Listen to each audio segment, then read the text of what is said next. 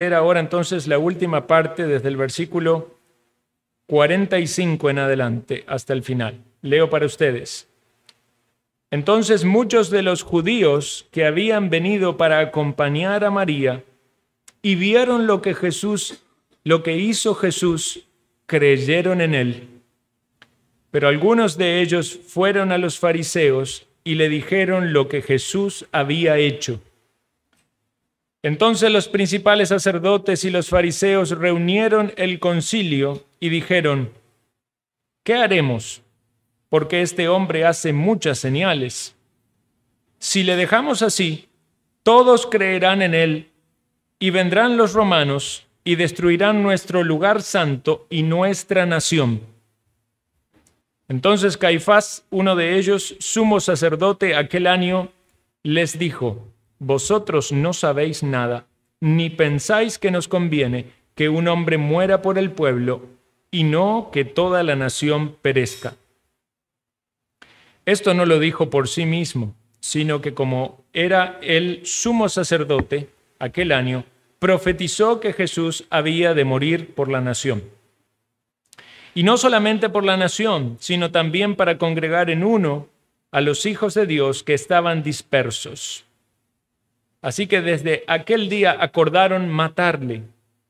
Por tanto, Jesús ya no andaba abiertamente entre los judíos, sino que se alejó de allí a la región contigua, al desierto, a una ciudad llamada Efraín, y se quedó allí con sus discípulos.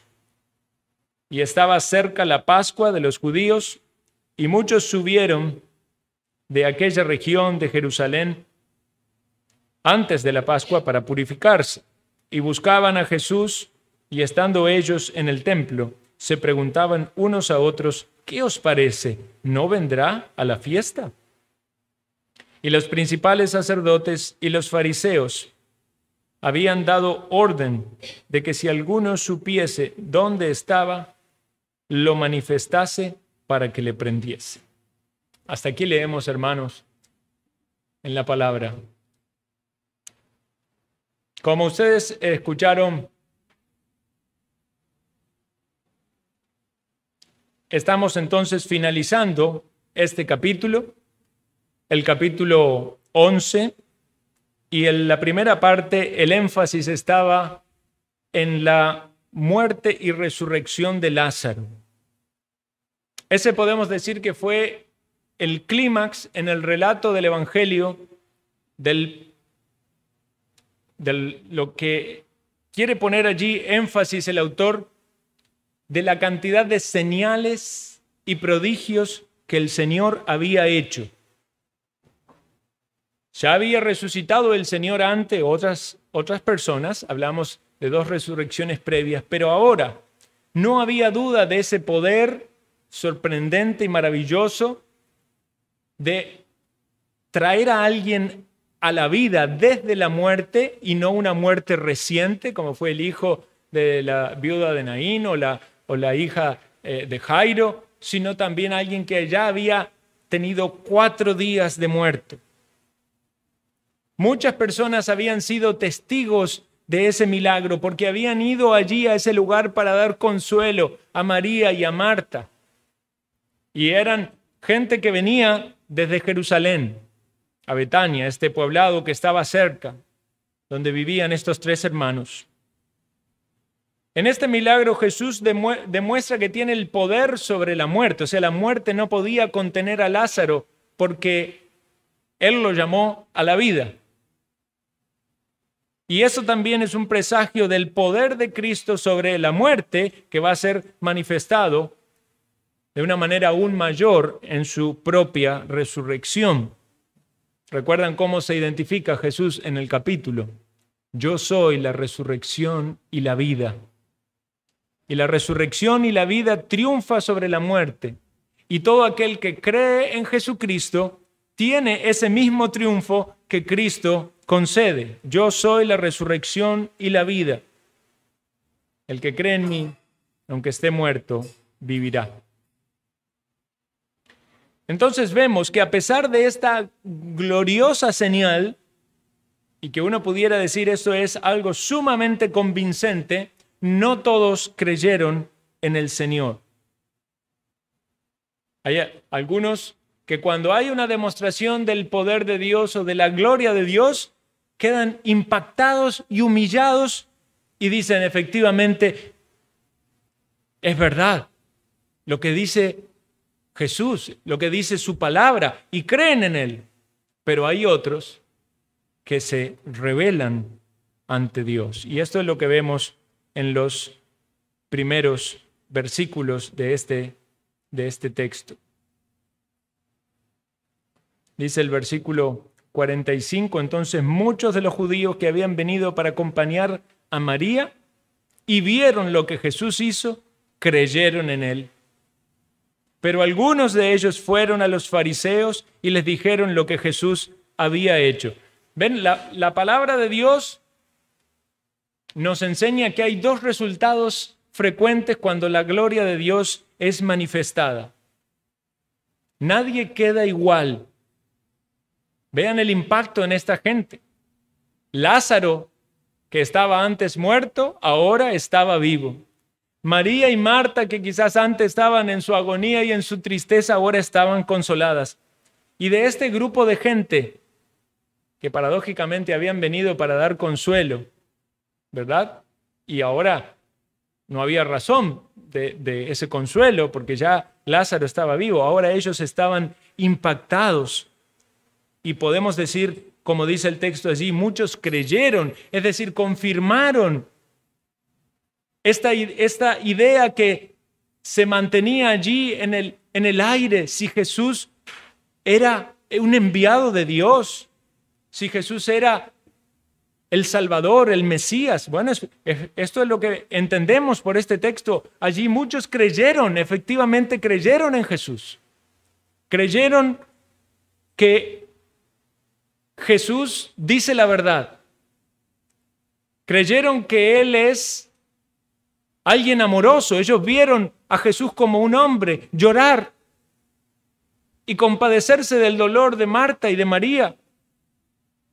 Comprobaron que Jesús amaba a Lázaro. O sea, vieron su parte de humanidad, pero luego vieron su parte de divinidad. Quizás es un error decir parte, porque Dios no tiene parte, pero estas dos naturalezas manifestadas en Cristo. Cuando vieron a Lázaro salir de la tumba, evidentemente no podían empezar en Jesús solo como un hombre. Cuando escucharon a Jesús orar y hablar con el Padre, y las palabras que Jesús dice, que esa oración no era porque no confiaba o dudase de que el Padre hiciera lo que Él le pidiera, sino por ellos, por la incredulidad que había allí.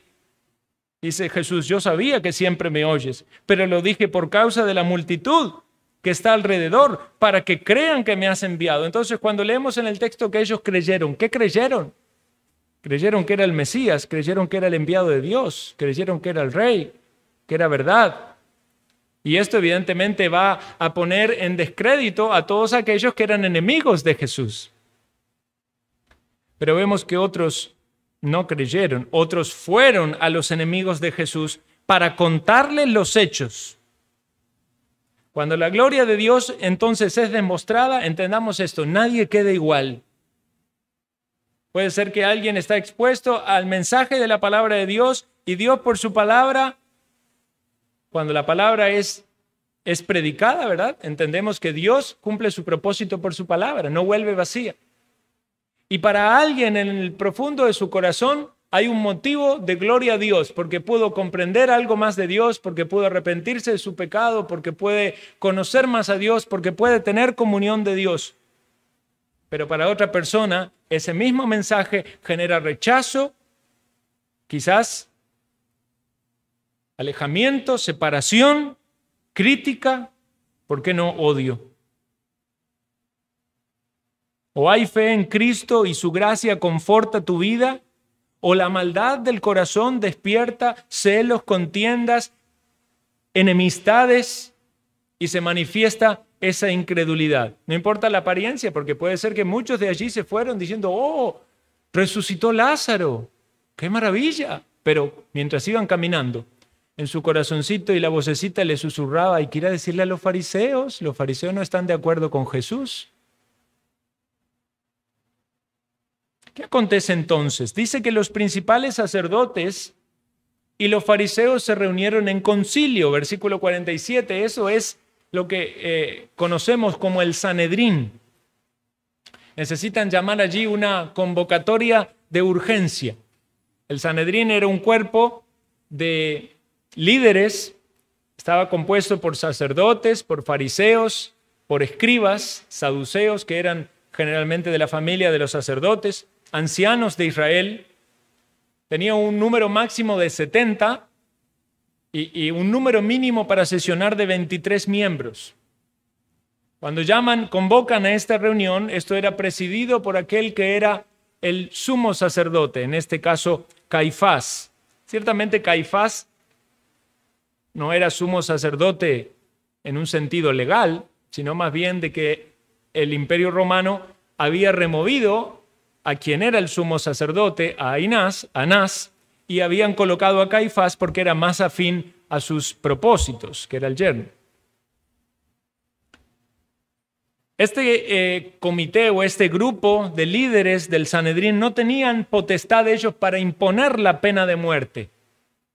Debían solicitar permiso al procurador romano, que es Poncio Pilato. Sin embargo, evidentemente ellos querían tener esa autoridad y buscaban cómo manipular las cosas para poder lograrlo. Bueno, cuando se reúnen, ¿qué es lo que hablan? Dicen, ¿qué haremos? Porque este hombre hace muchas señales. Notemos aquí estas palabras. ¿Cuál era el ilícito del Señor Jesucristo? ¿Hacer señales? ¿No se supone que estos eran gobernantes del pueblo que debían gobernar o juzgar con justicia los casos de desviaciones a la ley? ¿Cuál era el quebrantamiento de la ley del Señor Jesucristo? Hacer señales. Hacer señales era algo bueno entre Israel. Buscaban a los profetas verdaderos de Dios porque hacían señales. Oían a los profetas porque comunicaban la verdad de Dios. Y esperaban al Mesías que iba a hacer muchas señales. Y aquí estaba el Mesías haciendo señales. Y ellos traen a tema del concilio que el problema era que hacía señales. ¿Señales de qué? ¿Señales de el Mesías? ¿Señales de un enviado de Dios? ¿Señales de profeta? El mismo Señor Jesucristo antes, cuando lo habían querido matar, los confrontaba a ellos diciéndole, muchas buenas obras os he demostrado de mi Padre, ¿por cuál de ellas me apedreáis? Y ahora esto era secreto, ¿verdad? Pero si hubiese estado Jesús ahí, dice, a ver, ¿qué quieren hacer conmigo? ¿Y por qué lo quieren hacer conmigo? ¿Por las señales? ¿Por las buenas obras? Como ven ustedes ahora, lo que llegó a rebalsar el vaso, la última gota, fue una muy buena obra, una maravillosa obra, la resurrección de un muerto. Las señales de Jesús despertaron en el corazón de ellos celos, porque ellos querían ser los líderes de la nación y evidentemente no querían tener ningún tipo de competencia. Desde el inicio se opusieron al ministerio del Señor Jesucristo porque el Señor Jesucristo no provenía de las filas de ellos, no había sido instruido por ellos. No aceptaban, no toleraban que alguien que no fuese de su grupo, de su pertenencia, pudiese enseñarles algo. Vean que estamos hablando de orgullo, ¿verdad? Este es el orgullo. Pero yo quisiera que cuando meditamos en estas personas y vemos este pecado, no lo hagamos tan solo de una manera como jueces nosotros de ellos, ¿verdad? Desde afuera, mirando el pecado en ellos. Siempre es fácil hablar de los fariseos como lo peor, ¿verdad? O los hipócritas. Pero uno debe pensar cuánto de eso o de ese pecado hay en uno también. Porque entonces el orgullo que había en ellos se manifestaba en que no querían ser enseñados por Jesús. Vean que una manera en que alguien demuestra el orgullo es que no quiere ser enseñado. Y alguien puede acercarse a Jesús y puede llamarle maestro, y eso no significa que quiere ser enseñado. Ellos también manifestaban su orgullo en no querer reconocer que la otra persona tenía la razón, que Jesús tenía razón, que cuando Jesús sanaba en día de reposo no estaba haciendo nada malo, era un acto de misericordia. No querían dar el brazo a torcer, cerrado en sus razonamientos y en sus tradiciones. Y eso es lo que pasa en el corazón del pecador, aquel que todavía no tiene la salvación, que todavía no ha venido a Cristo, no se ha arrepentido de sus pecados. Tiene esta relación distante con Cristo. ¿Por qué? Por el orgullo que hay en el corazón, porque no quiere ser enseñado por Cristo, porque no quiere salir de su entorno de autoridad o de dominio o de influencia. Entonces, no es solo un problema de los fariseos, no es solo un problema de estos religiosos, es un problema de cualquier persona hoy que no tiene a Cristo. Y cuando estoy diciendo que no tiene a Cristo, muchos pueden decir, yo tengo a Cristo. Como la gente dice, yo creo en Dios. ¿Qué es tener a Cristo? Estoy hablando de que usted ha nacido de nuevo, que usted es un discípulo de Cristo, de que usted ama a Cristo y a su palabra y le quiere seguir, un verdadero creyente. Pero aquellos que mantienen esa relación distante con Jesús, levantan una pared o un muro, podemos decir, que está caracterizado por estos bloques o ladrillos de orgullo. Por eso dice, ¿qué haremos? ¿No nos podemos quedar de brazos cruzados? Si lo dejamos así, todos creerán en Él. Si lo dejamos así. Vean la lógica de pensamiento.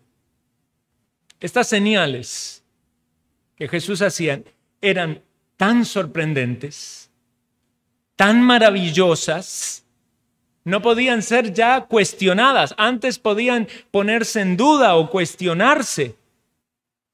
Los discípulos podían decir, cuando estuvimos en el mar, vimos que Jesús caminó sobre el mar. Y ellos podían decir, eso son palabras. Yo no lo he visto. Pero ahora todos podían decir, Lázaro estaba en la tumba y salió y estaba vivo. La lógica de pensamiento de esta gente es que esas señales eran tantas que ya sería ingenuo pensar de que las personas no iban a creer en Jesús. Entonces,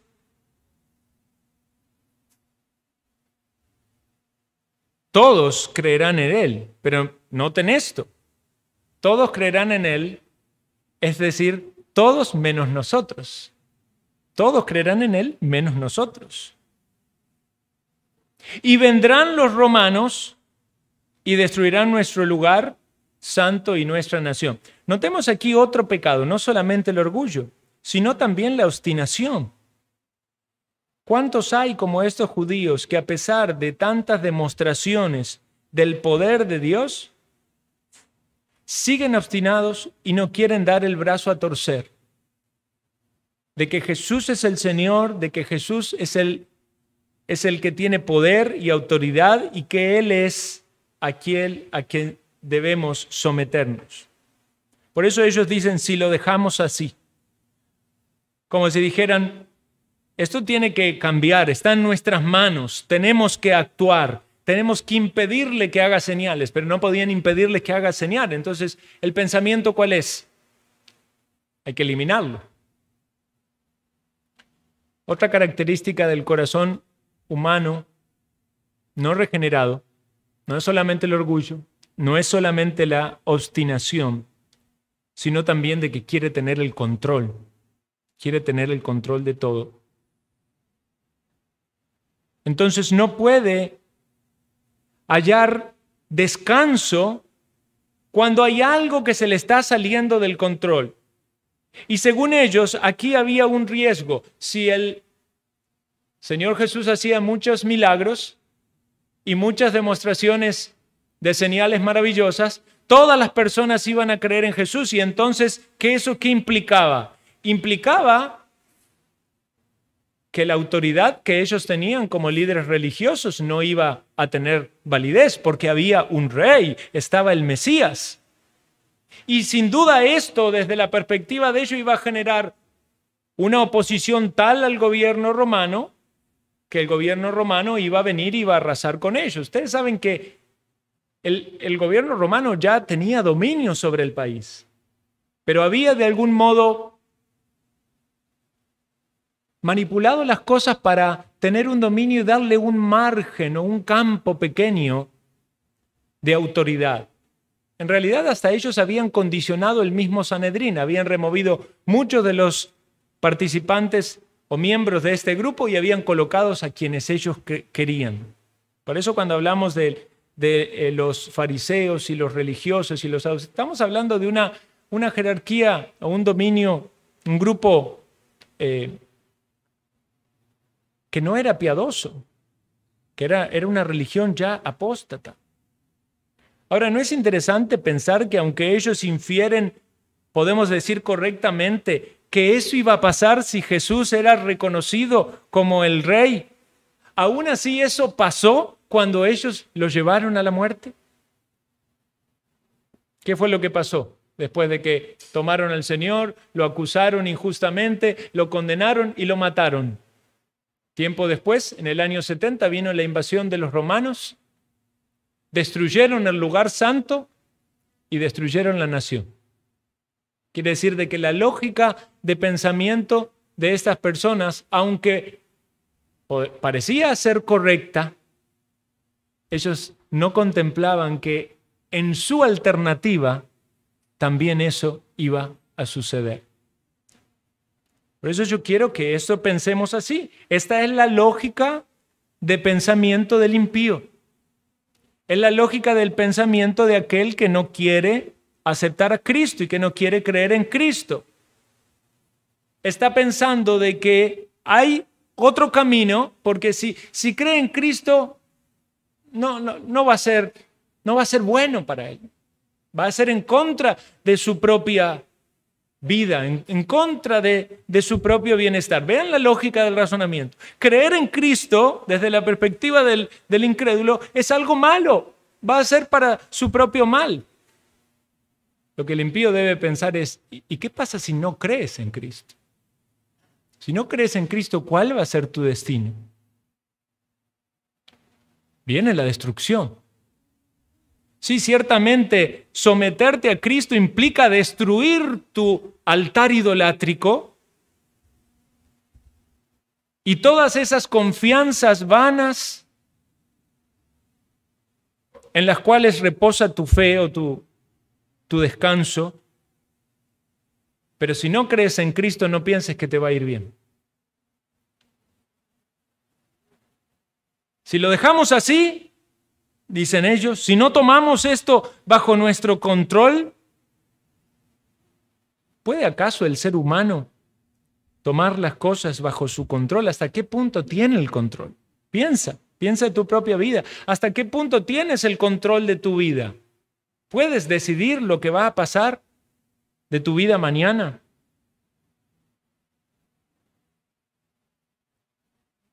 Vemos entonces que en el pensamiento de ellos hay implícito varias cosas. Dice, este lugar que para ellos era santo, ve qué paradójico, ¿no? El lugar era santo, el templo era santo, iba a ser destruido. Estaban más preocupados por el templo que por su corazón. Otra característica de la impiedad, están más preocupados por las apariencias o por lo externo que por una regeneración. No querían perder el lugar. Era el sostén de su propia religiosidad vana. No querían correr riesgos. Era mejor estar en paz con Roma, lo cual era una cobardía. Pero el Mesías, ¿qué iba a hacer? Iba a venir a liberarlos.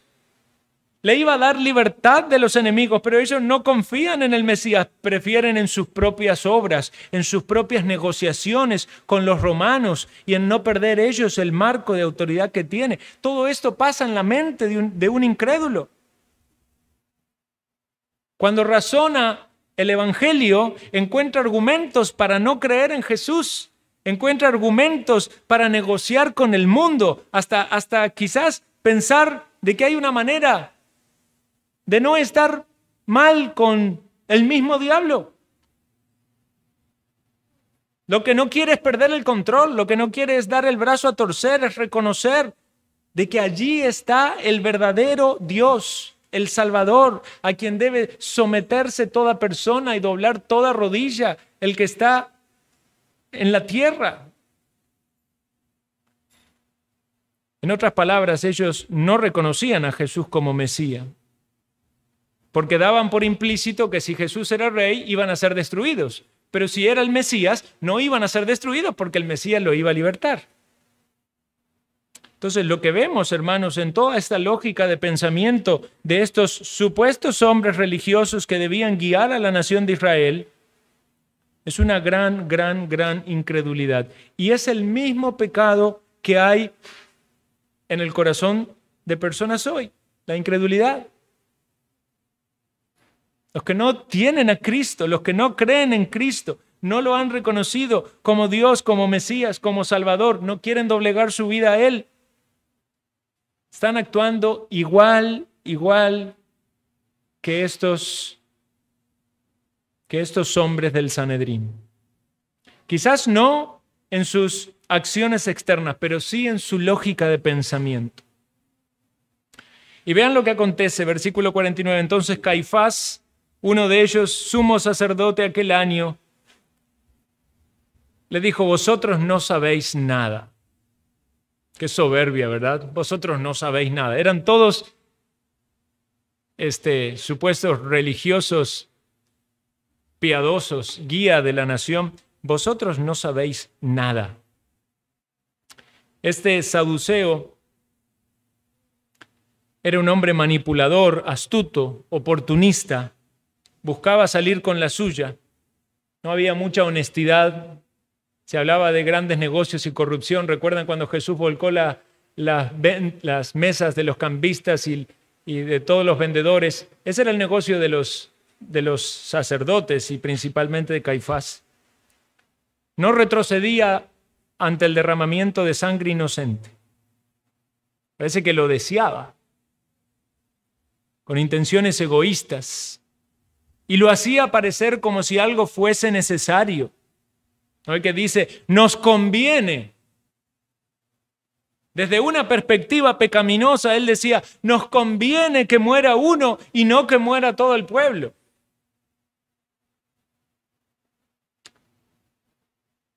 Sin darse cuenta que él estaba anunciando proféticamente la muerte sustitutoria de Cristo.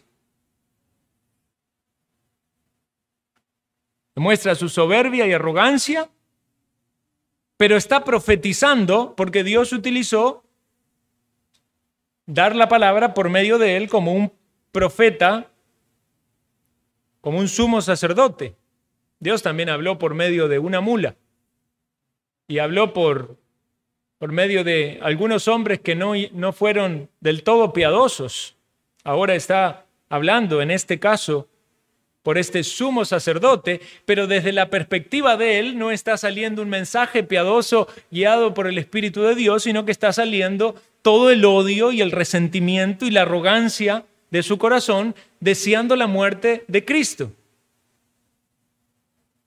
Dice Hendrickson, un comentarista, bajo la pretensión de noble patriotismo, este villano inescrupuloso trataba de eliminar un obstáculo para su propia popularidad y gloria.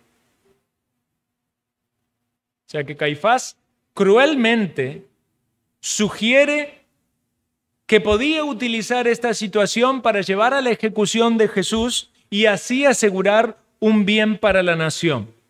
Ahora, ¿recuerdan lo que hablamos en la mañana? Que los gobernantes y los jueces debían ser piadosos y debían gobernar con justicia y la ley de Dios. Vean cómo aquí Caifás hace todo lo contrario.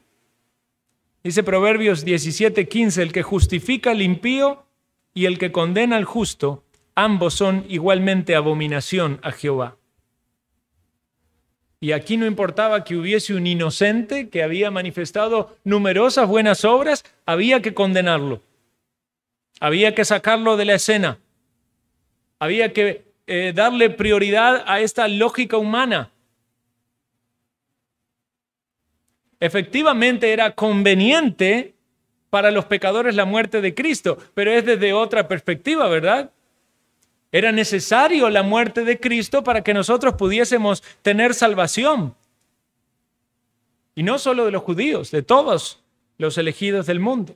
Esto es lo que dice el 52. No solamente por la nación, sino para congregar en uno a los hijos de Dios que estaban dispersos. Aquí aparecemos nosotros, hermanos. La muerte sustitutoria de Cristo por su pueblo no era solamente por los judíos que habían de creer, es también por los gentiles. Cuando leímos el capítulo 10 acerca del pastor que llamaba a las ovejas, dice, oirán mi voz y habrá un rebaño y un pastor.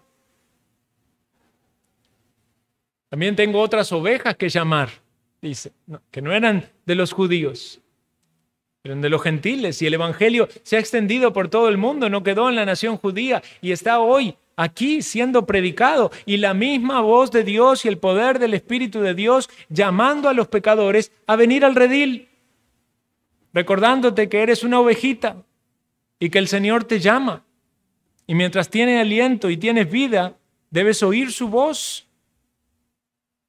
y ir a Cristo, cruzar por la puerta y tener salvación y hallar los pastos y las aguas de reposo. Ovejita de Dios, ven al redil. Jesús te llama para estar en paz con Dios. Él quiere perdonar tus pecados. Quiere darte consuelo. Quiere darte salvación. ¿Qué te impide ir a Él? Piensa esto, pecador. ¿Qué te impide ir a Él? ¿Cuáles son esos razonamientos y esa lógica en tu mente de que encuentras algo negativo en Jesús o en su palabra o que te está generando una barrera para ir a Él? No pienses que es algo malo en realidad en Dios. Es tu barrera de orgullo, es tu obstinación, es tu razonamiento incrédulo que piensa de que la vida que Cristo te ofrece y te llama es algo malo. ¿Acaso piensa que la vida sin Cristo va a ser algo mejor? ¿Qué te da la vida sin Cristo? ¿Quieres vivir y gozar de los placeres y los deleites en este mundo? ¿Para qué? ¿Para al final darte cuenta que eso tampoco te sacia, que no te llena y que tu fin es de condenación? Oye la voz de Cristo llamándote y mostrándote su amor. Esta gente no parecía oír la voz de Cristo. Y oportunidades tuvieron. Y también oportunidades tienes tú. Y tristemente, algunos no la aprovechan. El versículo 33 dice, así que desde aquel día acordaron matarle. Ya tenían deseos de matarle desde antes, pero de ese día acordaron. Quiere decir, estuvieron con ya un plan, con una estrategia. Dios no tenía cabida en sus vidas. Por lo tanto, tenía que ser removido de la escena. Y quizás usted diga, bueno, pero yo no voy a pensar nunca hacer algo así, algo malo. Quizás no quieras matar a Jesús. Bueno, Jesús no está en vida para que lo hagas. Habría que ver si hubieses estado en los zapatos de esas personas. Pero quizás quieras matar a Dios con indiferencia. Quizás quiera decir, mejor no a la iglesia. Mejor no a escuchar la palabra. No, mejor no a esa persona que siempre me habla el evangelio, ¿no? Que quiere que yo crea en Cristo. Quizás quieras matar las oportunidades que Dios te está dando para llamarte al arrepentimiento. Es una manera de actuar similar a esta gente. Habían planeado matarle. Un acto malvado, macabro. Porque iban a matar al santo. Vean esto, el malvado y el corrupto planea algo desde su maldad y efectivamente será responsable por ello delante de Dios. Hoy en día nos escuchamos, ¿verdad?, noticias de cosas terribles, trágicas. Algún loco que con un arma va y realiza una matanza. Eso es un plan malvado, macabro, de querer traer dolor y maldad. Vean, nada más macabro que esto, que querer matar al Hijo de Dios. Uno dice, bueno, mató un montón de niños inocentes. Sí, obviamente es algo espantoso y terrible, pero mató al que es verdaderamente inocente y al que venía a salvar. Es algo terrible. Pero aún Dios tenía ese plan en su propósito eterno, soberano, sublime, para manifestar su poder, su gracia, su misericordia. Y así debemos entender cada una de las catástrofes y cosas horrendas que pasan en este mundo, aun cuando sea la expresión de un corazón malvado y perverso que realiza una maldad. Hay un Dios soberano por detrás, que es el que controla todas las cosas y determina todas las cosas. Nada se escapa del plan de Dios. La muerte de Cristo, que es la maldad más grande que pudo existir, planeada por los hombres, Dios la utilizó para traer la bondad más grande sobre los hombres, que es la salvación. Y tenemos que pensar entonces que cuando Dios permite estas maldades, debemos recordar que detrás de eso también es su plan. No podemos comprender completamente. Muchas veces va a tomar tiempo comprender las cosas. Algunas veces quizás quedará en el secreto de Dios entender por qué algunas cosas pasaron. Pero lo que no podemos sacar del centro de la escena es que Dios es santo, es bueno, es soberano. Y el propósito de Dios para con su pueblo es de bondad. Una persona que no puede aceptar a Dios como un ser perfecto nunca va a hallar consuelo en los sufrimientos de la vida. Siempre va a tener una queja en lo profundo de su corazón, quizás contra el mismo Dios, el que algunos reniegan creer, ¿verdad? Como los ateos que dicen no creer en Dios, pero lo culpan a Dios de todo lo malo que pasa, ¿verdad? Pero si alguien cree en Dios y entiende que Él es perfecto, que es santo, que es justo, que es bueno, va a ver que aún las maldades humanas están en ese plan divino, pero Dios las torna para bien. Algunas personas rechazan doblegar su corazón delante de Dios porque han sufrido o han tenido en su experiencia algún sufrimiento que no lo han podido aceptar. O sea, algo pasó en su vida, algún sufrimiento en su niñez o en su infancia, alguna persona que le hizo mal, algún accidente, algo que pasó, y entonces no doblegan su corazón ante Dios. Y hasta pudiese parecer piadoso decir, pobrecito, no cree en Dios porque a él de chiquito le hicieron tal cosa o lo abandonaron o sufrió, perdió a sus padres. Pero no es en realidad algo bueno eso.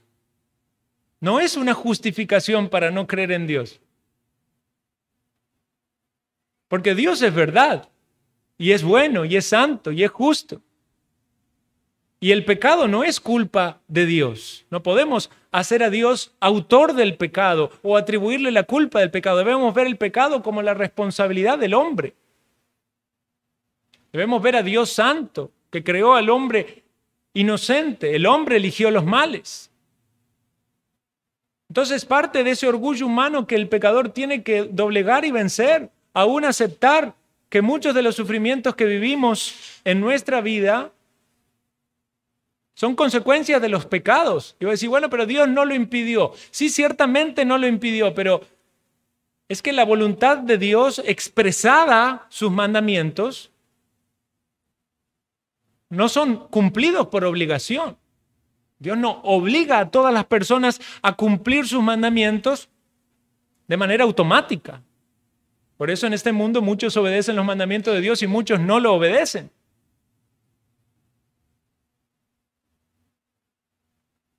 Pero la voluntad de Dios es expresada en todo lo que acontece, aún en lo malo.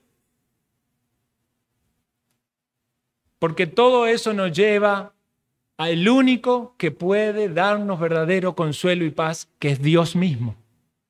Y por eso Dios envió a su Hijo Jesucristo para dar perdón, para cargar los pecados, para llevar a la cruz todas nuestras faltas y redimirnos.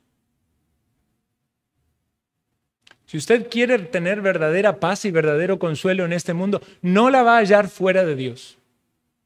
Necesita someterse a Cristo y creer en Él como el Salvador. Vean entonces lo que acontece cuando el plan ya estaba trazado. Después de haber resucitado a Lázaro, dice versículo 54, Jesús ya no andaba abiertamente entre los judíos, sino que se alejó de allí, se fue a otra región, estuvo con los discípulos, realizó algunas obras allí, y nos dice el texto que estaba cerca la Pascua de los judíos. Entonces, de todo Israel, muchos subían a Jerusalén, siempre se expresa así, subían a Jerusalén porque Jerusalén era una ciudad en la montaña. Y cuando la gente iba días antes para estar preparada para la Pascua, preguntaba, ¿y dónde está Jesús? Claro, ya estaba en boca de todos. Ya muchos creían en Él. Y aunque muchos creían en Él, ciertamente muchos de esos que creían luego iban a decirle, crucifícale, ¿verdad? Decían, ¿qué os parece? ¿No vendrá a la fiesta? Y los principales y los sumos sacerdotes, ya decididos en lo que debían hacer, estaban buscando gente que le avise a ver dónde estaba para prenderle. Vemos entonces que Jesús evita los peligros. Todo tiene que acontecer en el tiempo que debe acontecer. Y era importante que sea la Pascua, porque recuerdan qué pasaba en la Pascua. En la Pascua tenía que morir, la ceremonia de los judíos, ¿verdad? Una de estas grandes fiestas, tenía que ser sacrificado un animalito inocente, un corderito. Y recuerdan cuando empieza el ministerio del Señor Jesucristo, que Juan el Bautista lo identifica y dice, este es el Cordero de Dios que quita el pecado del mundo. Fue por eso que era en la Pascua que tenía que morir Jesús. Entonces el tiempo en el que el Señor iba a morir se acercaba. Y realmente todavía queda mucho que contar en este Evangelio, porque como ustedes ven, estamos en el capítulo 11, ¿verdad? Para un Evangelio que tiene, poco más de la mitad. Pero entonces debemos pensar que ahora la historia va bajando la velocidad. El relato va bajando la velocidad y se va centrando en estos últimos días de la vida de nuestro Señor Jesucristo, de la vida terrenal. Y a partir de ahora podemos decir que se relata la película como en horas o en minutos. Y si el Señor nos permite, vamos a seguir entonces estudiando y meditando cada uno de estos eventos que vienen a continuación, pero vamos a considerar entonces hasta este punto. Señor Jesucristo había manifestado su amor y su bondad de muchas maneras y su poder de una manera gloriosa. Esta gente se opone al Señor y buscan su mal. Algunos creen y otros le rechazan. La pregunta es, ¿en qué punto está usted? ¿En qué punto está?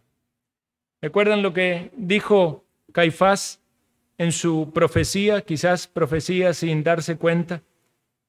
Dice, no solamente por la nación, sino también para congregar en uno a los hijos de Dios que estaban dispersos. La pregunta para finalizar ¿es usted un hijo de Dios? ¿Ha reconocido a Jesús como Señor y Salvador? ¿Y puede con confianza en su corazón decir, sí, yo soy un hijo de Dios, soy un discípulo de Cristo, le amo, le sigo, le sirvo? Quiera el Señor bendecir la lectura y meditación en su palabra. Oremos.